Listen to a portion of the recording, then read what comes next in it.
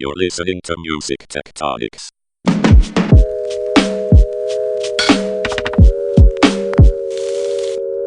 Welcome back to Music Tectonics, where we go beneath the surface of music and tech, where we scratch wax cylinders to make fat beats and auto-tune our pet lizards to sing like Olivia Newton-John, where we release indie music on Dropbox and license white noise to Hollywood films. I'm your host, Dimitri Vitsa. I'm the founder and CEO of Rock, Paper, Scissors, a music tech PR firm. Today, I bring you another great session from the first annual Music Tectonics Conference, which took place October 28th and 29th, 2019 in Los Angeles. As you heard on our recent episode, keynoter Mark Mulligan told us that the surge in self-empowered independent music will be a bigger seismic shift than streaming itself. So we also put together this episode's panel titled Independent Era, How Self-Empowered Artists Are Changing the Entire Music Industry. It features representatives from Medium, CD Baby, Beatstars, Songtrust, and the Rattle LA. Let's go straight to the panel. Good afternoon. Welcome to the Independent Era, How Self-Empowered Artists Are Changing the Entire Music Industry. We've got four self-empowered panelists here that are going to share their words of wisdom and perspectives with you. Before we get started, I think we all need to give a big round of applause to the awesome effort from the whole team at Rock, Paper, Scissors. That would be Bethany and Eleanor and Tristra and Cheryl and the whole team, and of course Mr. Crazy Pants himself, Dimitri. He's got a new nickname. So very quickly, Kevin from CD Baby is the world's largest online distributor of independent music in the world, with 9 million tracks from 750,000 artists, which they distribute to more than 150 digital services and platforms around the globe. And Helen is a director of The Rattle, which is an incubator space designed for the new music industry that's based in London and is going to be opening right here in LA soon, as well as New York. And Dev Tejwani is the CMO of Beatstars, which is a digital production marketplace that allows music producers to license and sell beats, as well to give beats away for free. And then Molly is the global head of business development for Songtrust, which is the world's largest technology solution for global music royalty collection and publishing administration. So got all that. Yes, thank you. That's a lot of syllables. All right. So Kevin, we're going to start with you at the far end as an artist yourself, formerly on a major label. How do you think it's different being an independent artist today in terms of what's available now to indie artists versus 10 or 20 years ago? Well, when I started out, the big problem for independent artists was access to the market. You just didn't have access to the market without a label or somebody getting your music out there. Now anybody has access to the market, so that problem has been solved. So really at that point, it just becomes, do people like your music? Do people like what you do? Can you get people to, are you writing great songs that people want to hear over and over again? Can you build relationships with fans? And so it's really shifted from, do you have access to the market and I need somebody to help me get access to the market, which you still need help, but anyone can get it, to how am I actually going to get people to hear my music and care about it? And that's more the problem now. And also that the idea that there's no one out there that's just going to pick you up from obscurity and put you on the fame train and, make you this mega star. That a lot of the way the industry is looking now is looking at, hey, where are these artists emerging? We can see trends, we can see data, we have access to a lot of information we didn't have before. So they're looking for artists that already have something going that they can take and do something more with. So Dev, Lil Nas X was created, the longest running song in Billboard history at #1 was created entirely on your platform, which I don't know if everybody knows that. So I'd love to hear about how that happened and what it means at this point in time for the music industry as a game-changing event.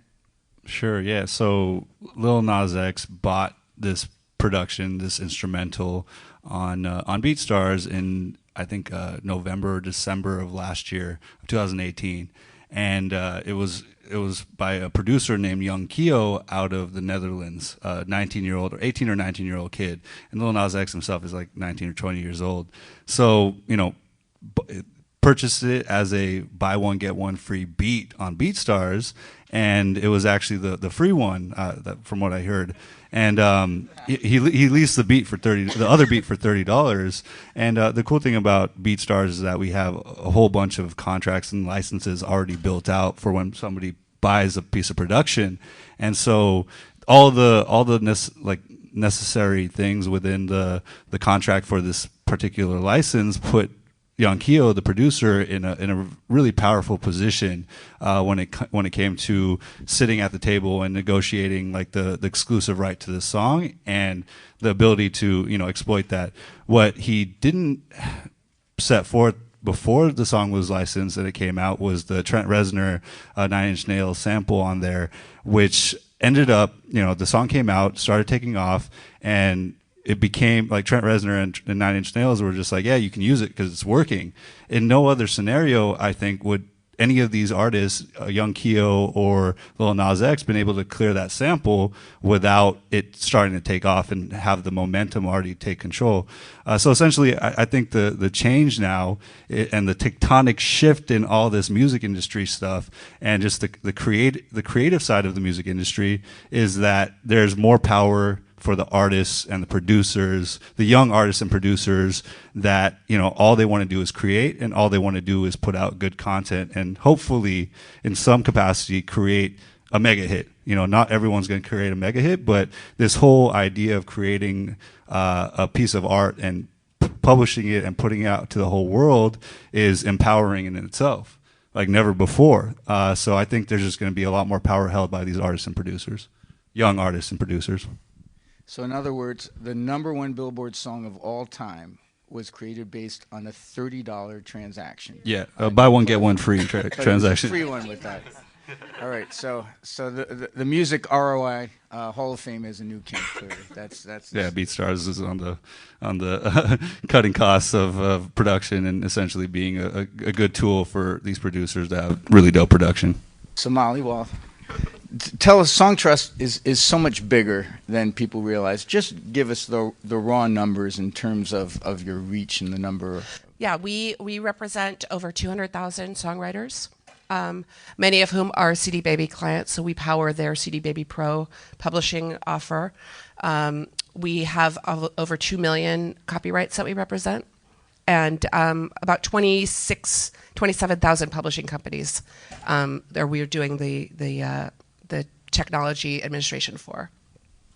What's it like having compatible companies under the same ownership? It's wonderful. I mean, that was complete in April of this year. Our parent company, Downtown Music Holdings, acquired CD Baby's parent company, AVL. And so among the companies there are Dashco and AdRev and a number of other brands. And so it's interesting now because we have a lot of different lanes of opportunity for creators and and Downtown Music Publishing. You don't have to work with just one or all. That we have a sort of a menu of options for different kinds of businesses. How do you guys talk to artists at the same time when you can have something approaching an end-to-end solution instead of artists being overwhelmed having to go to different places and sources? Well, I think CD Baby is very focused on their creator community, and there are lots of creators that work with them, and then there's lots that work with other companies, and we're agnostic about their distribution. So that I think is a nice compliment. Helen, can you speak a little bit about how you support artists at the Rattle and what makes you different from? Get some more. Yeah, sure. Basically, the Rattle exists because we believe that artists should be the founders of what they do. They should be founders of their own careers rather than employees of large institutions, not naming any names. And how we do that basically is we borrow heavily from the tech accelerator model. The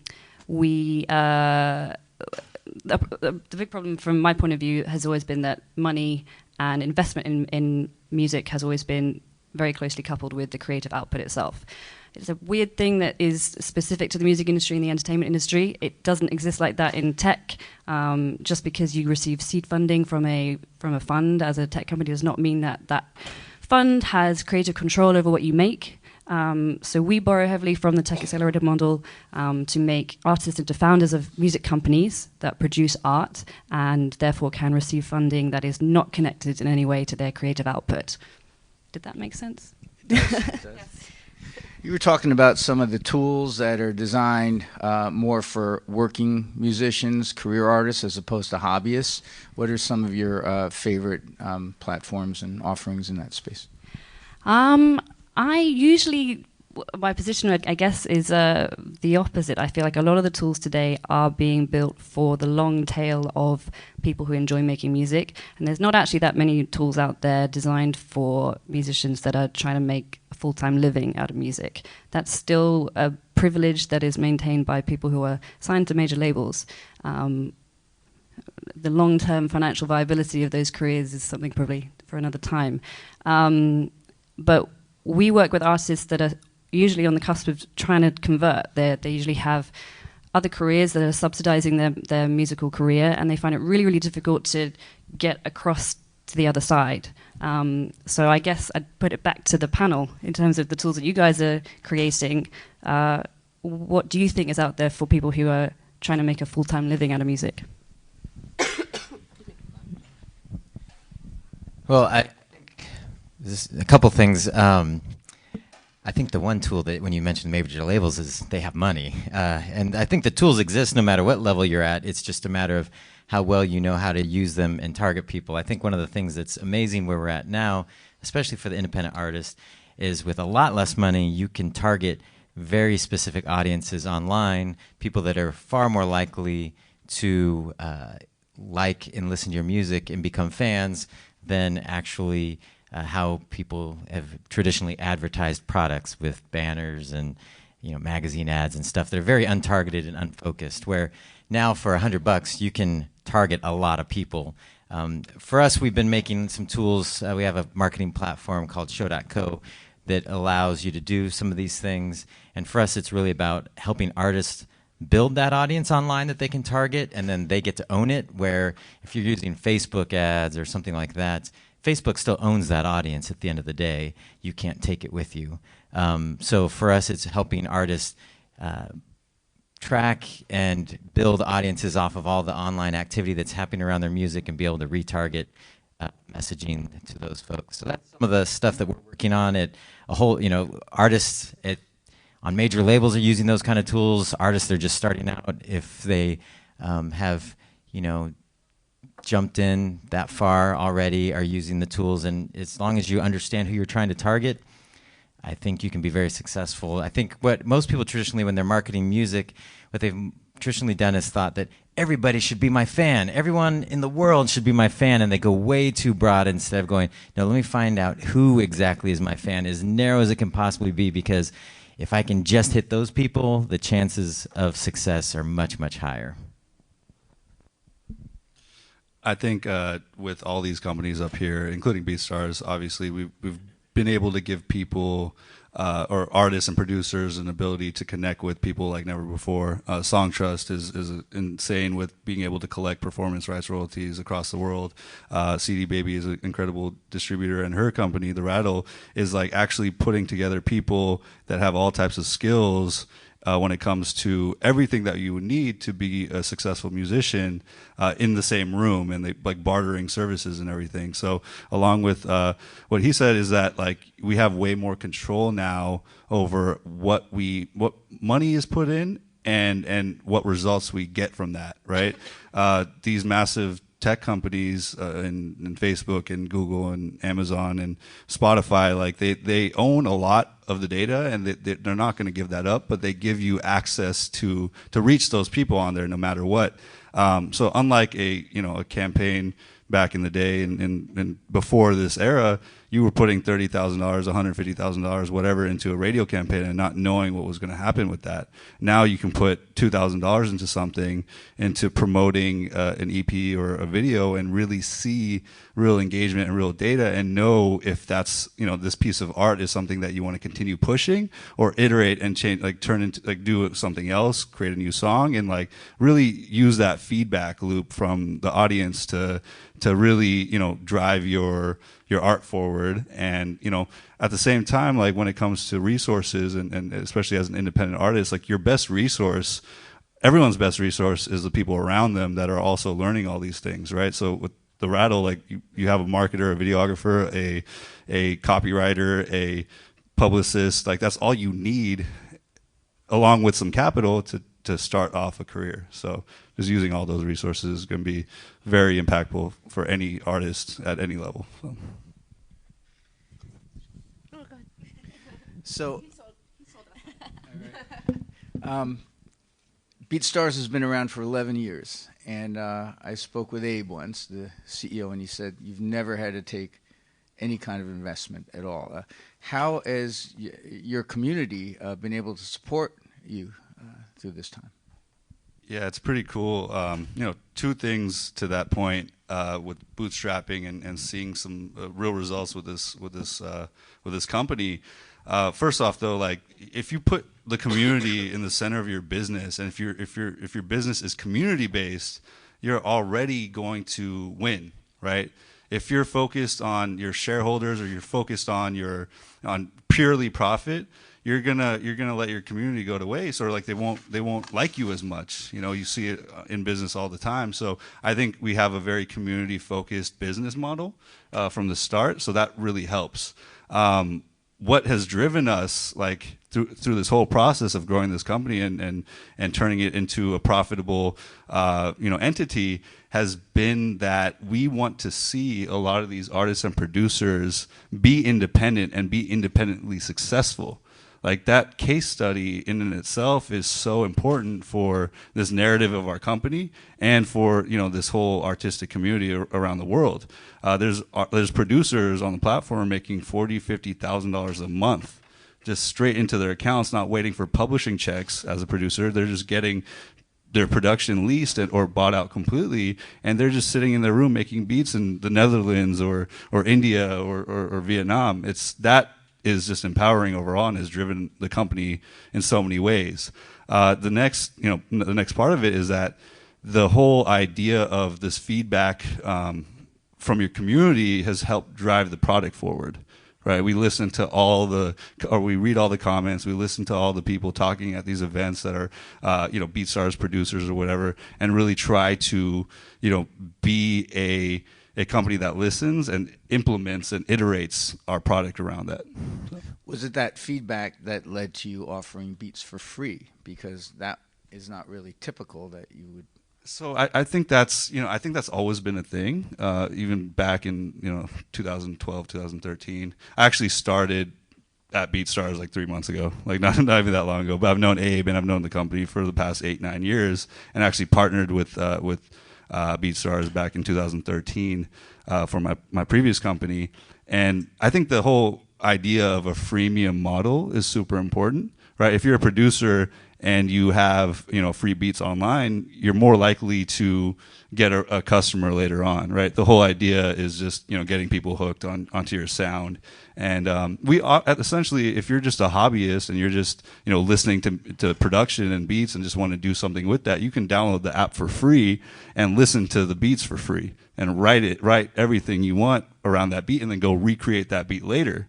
You know what I mean? So it's really just up to the person how they want to use it and how they want to create a relationship with the producer and actually buy a production. But there's been over 50 million paid out to producers through this marketplace and this in our business since over the last 11 years. So the freemium model, I think, works just in general. So Molly, you like to say that Song Trust is a business product for creative people, and that you view creative people as businesses themselves within the music ecosystem. So what are some of the unique ways that you empower your artists? Well, I think access to information is the main thing that's driving a lot of our strategy. Where, I was talking to one of my former colleagues who's in the audience here, and who's like, come clean. Sorry, Philip, come clean. Like, I never really gotten into publishing much. I'm like, that's fine, because 2 years ago, before I started working here, I was a publisher because I started my career as an artist and wrote songs, but it wasn't me understanding the granular detail of the global music publishing network and societies and the differences of the nuance of the system that's so intricate and so hard to understand theoretically. So what we have been focused on is trying to make sure that we understand it ourselves and then present that in a way that is digestible and helps people feel like they get how things work and what they're owed. And if they work with a company like ours, and we, prove that, the investment that they make, which is $100 and 15% of the royalties we collect on your behalf, that's a business product that they've, just like they're licensing their Microsoft software, or people don't do that anymore, maybe some, but in a similar way that they are, they have access to a business product that helps them collect this money globally. And so we're very focused on making that case and then doing the work, which is very difficult, especially because we have such a big body of repertoire. So we just found out today that we are now open with 2 more societies. So now we're directly affiliated as a publisher with 50 societies around the world. I think that makes us the largest network of direct affiliations of any company. And that was Jamaica and Barbados, which is important to us because we're working with artists in those countries too. One of our recent success stories is someone who has a track with a big audience, so 70, multi-millions of streams. And there was a sample of his work. He's in his 70s, and now he's getting like 15 grand a quarter.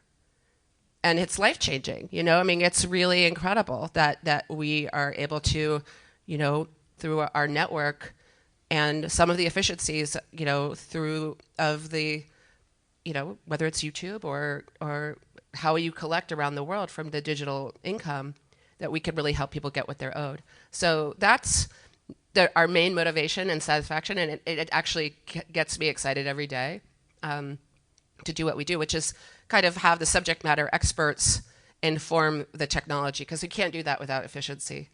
It's like, it's already really hard. And so that's what we're really trying to do. You do a lot of educational events for your members as well. Yeah. For people that aren't clients, anyone, we have webinars and specific issues around. We really want this sort of the work that you're describing to help people start from. One of the cases I make sometimes is we complain about the data, we complain about the gaps in, that Spotify doesn't have ISWCs or whatever it is, so they can't pay people properly. And it goes back to, okay, so then did the distributor supply the songwriter and publisher information? Probably not, because they didn't have to, right? So hopefully they will have to soon.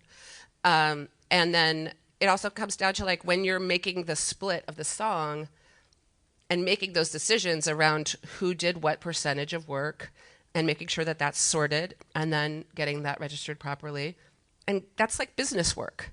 And a lot of people don't want to do that. But I think what you're trying to do also is like, this is business. It's a transaction. And, then we could have the longest running #1 song in the history of the universe or whatever it is. Kevin, you took a different approach. You started your own conference for independent artists that I went to for the first time in August. And why don't you tell us about the thinking behind that and how it's progressed over the years? I mean, for us, CD Baby has always just been, we've wanted to build up the community.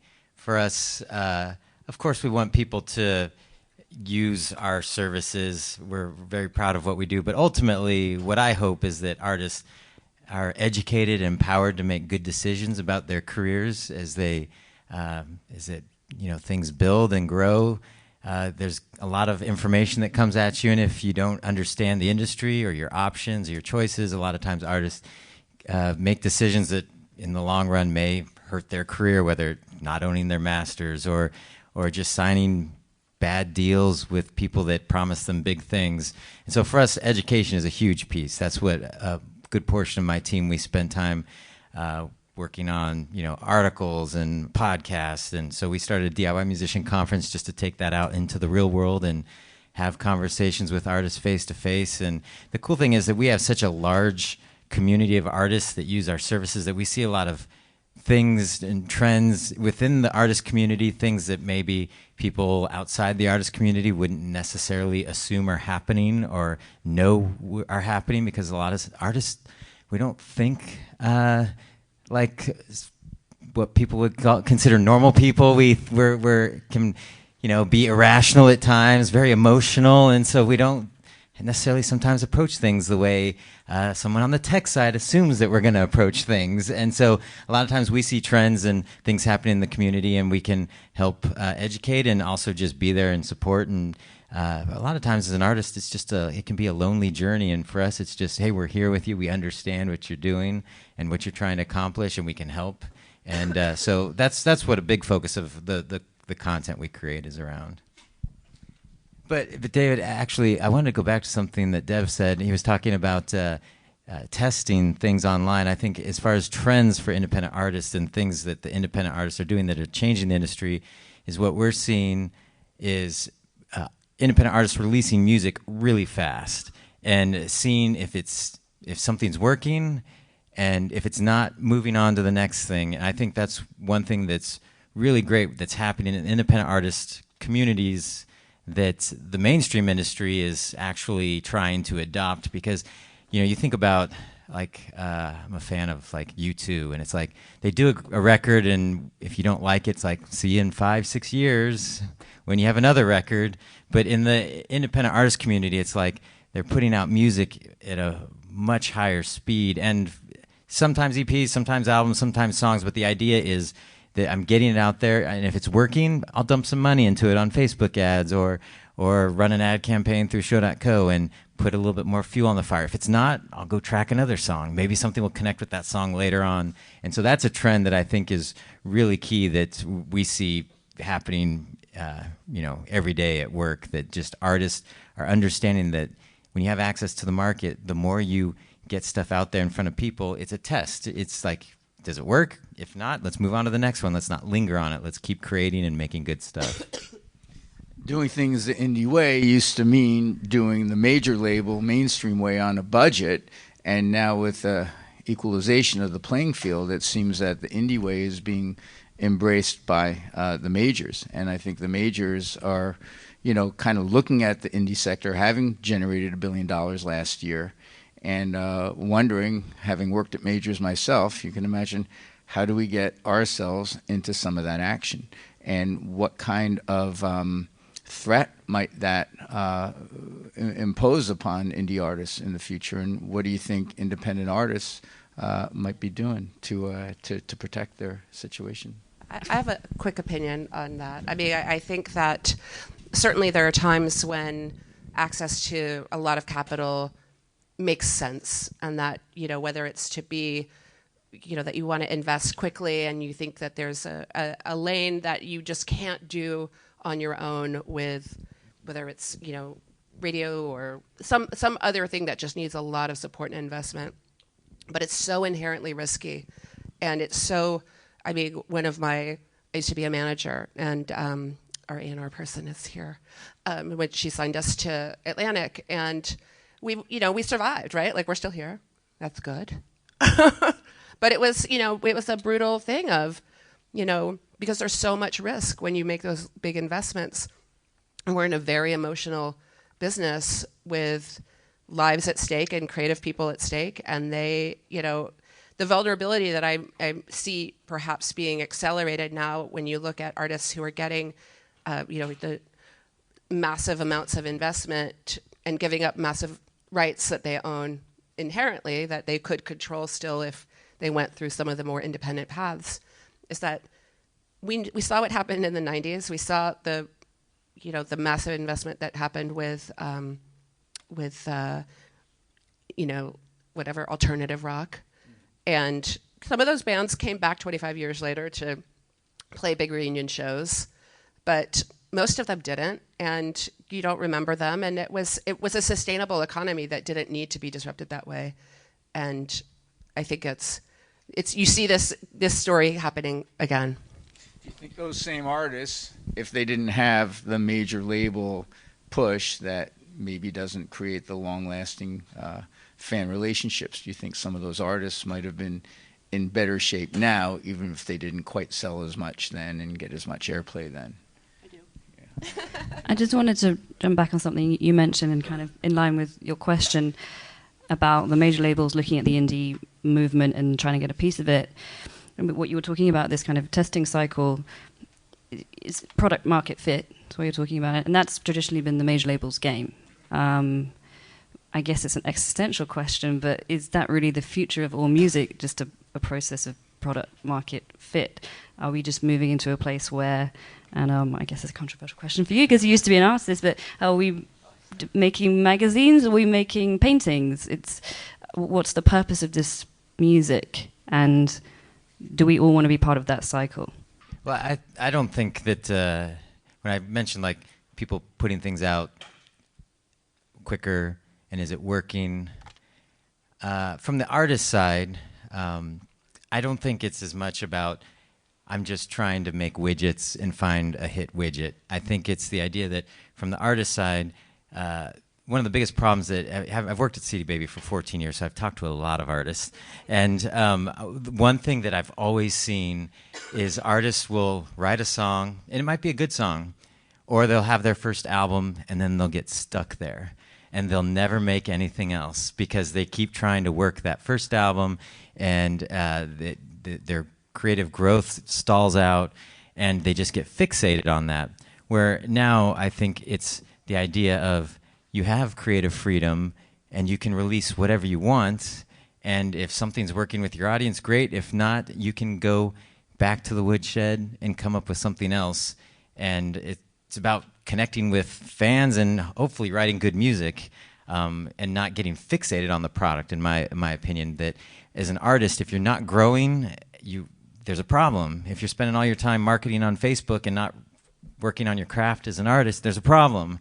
And so to me, the release cycle that we're in actually puts the emphasis back on the creative process, which I think ultimately is where it should be. And as opposed to feeling like I made such a huge investment in this album, I'm going to feel guilty if I leave it behind. And so I'm going to fixate it on it for 3 years. And I think that's the problem that some of those bigger artists in the mainstream world still deal with, that the independent artist community has moved beyond. I think you're right. The whole game now, though, is, especially because this is a business, music is a business, and at the end of the day, these creators are trying to make some money no matter what. Being able to test fast and fail and try over and over and over again on all these different platforms in all these different regions around the world, you can literally change. You can literally have one song going in India and one song going in Mexico and another song popping off on TikTok and another like 15-second clip of your work, anywhere. And this could all be part of this testing process, which is essentially just a mashup of everything that you're doing. I think when you focus as an artist on, depending on the type of artist that you are, but if you're an up-and-coming artist with literally just starting from zero, I think you should try everything. Maybe that requires you to have one song and you have 10, 15 different pieces of video content to run across the board on different platforms and run different ads and different creatives. I think that's another way to test and really just try to see what works to make your song work for whatever audience that you're trying to find. I think you just got to try everything now because everything is random. There are no rules. So, all right. So where do you guys see growth coming from? How will artists be selling their music, performing their music? Where do you think things are heading? To wrap things up. Sure. Not to be nihilistic about it, but I don't see that much growth coming from selling music. All the growth I see is from artists doing other activities that supplement what their message is, kind of surround the music and create new additional revenue channels for them. Artists creating brands, artists creating companies, artists creating empires, that run the whole gamut of entertainment technology. Until we fix streaming, music isn't going to pay rent by itself. So that's where I see growth. We at Beatstars work with a lot of producers, so we see a lot of these producers making their production like on their workstation. They're very well, equipped to create content, to do, marketing, to create their own brand, just like an artist have had the same tools. So now I see a lot of these producers, like with Beatstars, they're selling their instrumentals as leases, or they're leasing their instrumentals. They're also selling exclusively. They're also creating a brand around their name, selling merchandise and everything, selling kits, selling sounds. But they're also doing events. They like a couple of really dope producers. There's a dude named Kato on the track, and Illmind. I don't know if you guys have heard of these guys, but they've all been a part of Beatstars and the history of Beatstars. They go around the country and have young producers pay to be at their sessions and literally just give feedback to 50 people in the room on all their production.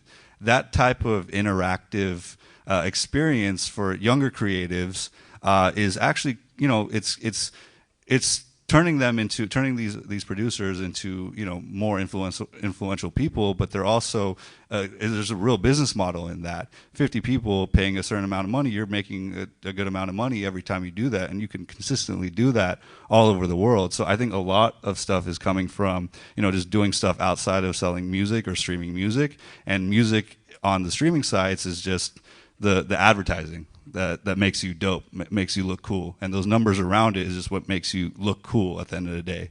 Whereas like the streaming, it might help if you're doing really well. I think it's just like collateral for everything else. I think also we gotta take advantage of international, and these international markets being very, very receptive to American music now, and focusing in on the fact that we can just travel, an artist or producer can travel really at any point once they have a fan base somewhere.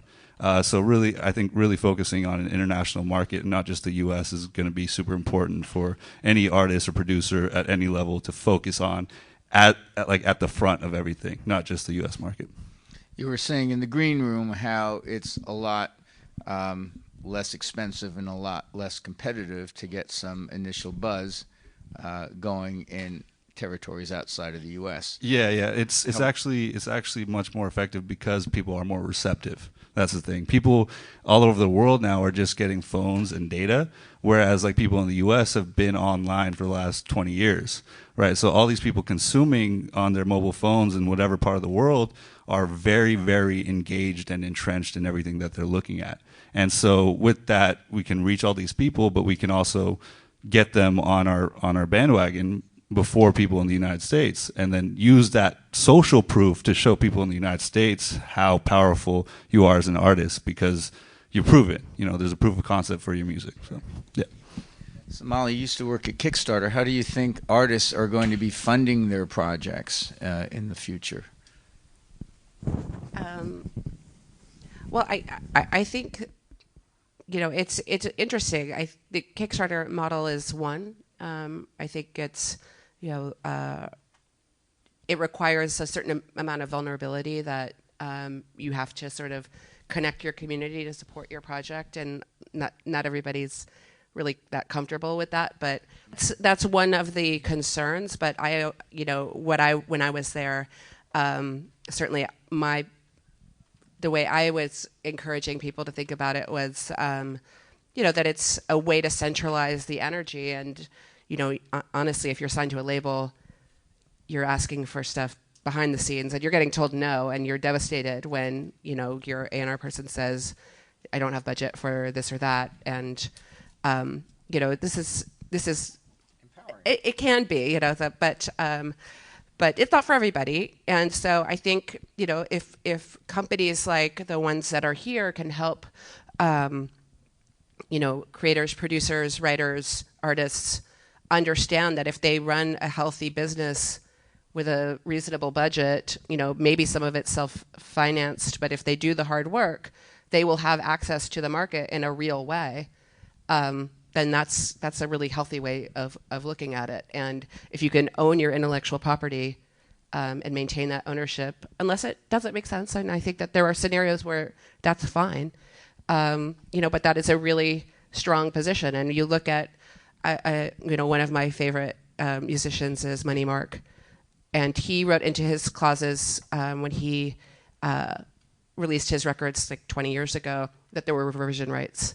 And so he's just getting his rights back from that label and now reissuing them. And those are things that you can do if you have foresight and you care about the work that you're making and making creative decisions on your own.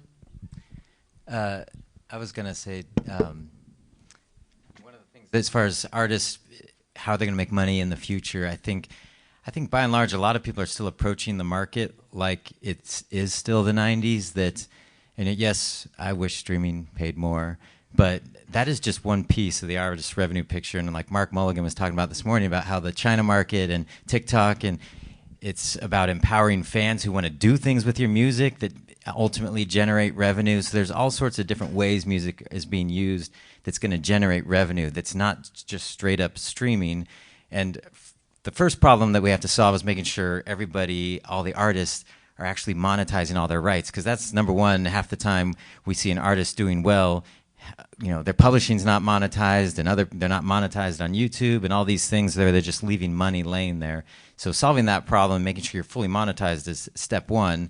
But another thing that we're seeing a lot more that's actually driving revenue for artists and building fans is the idea of collaborating with other artists has become really big. It's always been big in the hip hop world, but like the YouTube world has really embraced that. And I know as artists, a lot of times when you're in a scene, you look at the other people that might be vying for that same gig or as competition, but really it's a matter of like partnering with other artists and harnessing each other's audience to the benefit of all. Because ultimately the thing that's going to bring you money and revenue is an audience, and you got to look at that as actual people that can be monetized as well, and what you're doing to know who those people are, keep track of them, communicate with them, and provide them opportunities to create revenue. In the olden days, we did this. We would play a show, and you would play with someone who was big in Eugene, and then they would come and open for you in Portland, right? People still do that. Right. I was just going to say on the point of, where us is going to go for funding in the future. I mean, there's a range of options beyond, Pledge and Kickstarter. They're just not in the mainstream yet. And I know people in this room that run funds that invest directly in artists. There are people creating altcoins to launch artists' careers. There's credit lines available that are specifically designed just for funding tours. They're just not mainstream yet. But I guarantee all of them are much better than signing a record deal, which is a giant loan product with a huge APR. How do you get them out of underground, and how do you get these options exposed to artists? Is that something that the Rattle's going to be doing? Yeah, 100%. And I feel like we've been banging on about the same thing all day, which is essentially the power of community, because it's the connections and the knowledge and the ability to share that knowledge fast, which I think is going to get us there. What we try and do with the Rattle is, if we take the top 100 independent artists we can find in every major city and work closely with them, like you were saying, the algorithms constantly change, the game's constantly changing, but if you have a community that's constantly sharing with each other, this is the thing that's working right now, this is the thing that's going to be working for the next few weeks or few months, and get people out of these information silos, you create just mass access to the things we're talking about. So what do you guys think is the greatest unmet need? What do you think is the platform or service that hasn't yet been invented that people are looking for and would benefit from? But I think that platform is like these conferences that are actually about education, like all the time, and access for artists to come here. You know what I mean? Like there's conferences all the time, but I think that's what's needed globally. Like you work with Madem, super important conference for the world, but like a lot of people don't know about it. You know what I mean? And I think you guys purposely do that, but I've got postcards after. But I think these events are super important for everyone in this business, honestly. So. Thank you for listening to this special episode of the Music Tectonics podcast with a recording from the Music Tectonics Conference, which took place October 2019 in Los Angeles. To keep apprised of other recordings from the conference and our upcoming 2020 dates for the conference, please hit subscribe to your favorite podcast app. I'd like to send a special thank you to our Supernova sponsors of the Music Tectonics Conference, AdRev, CD Baby, and Hydric, and to our star sponsors, Lyric Find and Hyperwallet. And to everybody who came out and made the first conference a great success, check out the Seismic Shift trading cards on our website. And if you go to musictectonics.com, sign up for our newsletter where you can keep apprised of upcoming podcast episodes, blog posts, and other events we're doing. Thanks for listening.